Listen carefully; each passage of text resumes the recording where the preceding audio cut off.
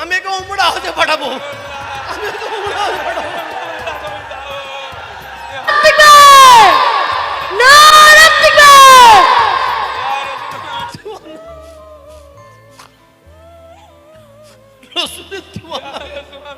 আমি ইনশাআল্লাহ একে 1 থেকে 2 মাসের মধ্যে আমি ইনশাআল্লাহ আল্লাহ যদি কবুল করলে আমি একে উমরা হজে পাঠাবো। আল্লাহ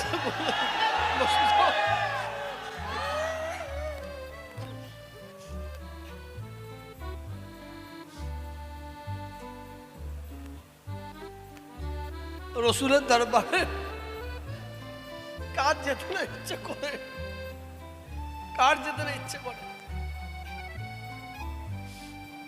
আল্লাহ তাআলা দরবারে দোয়া চাই।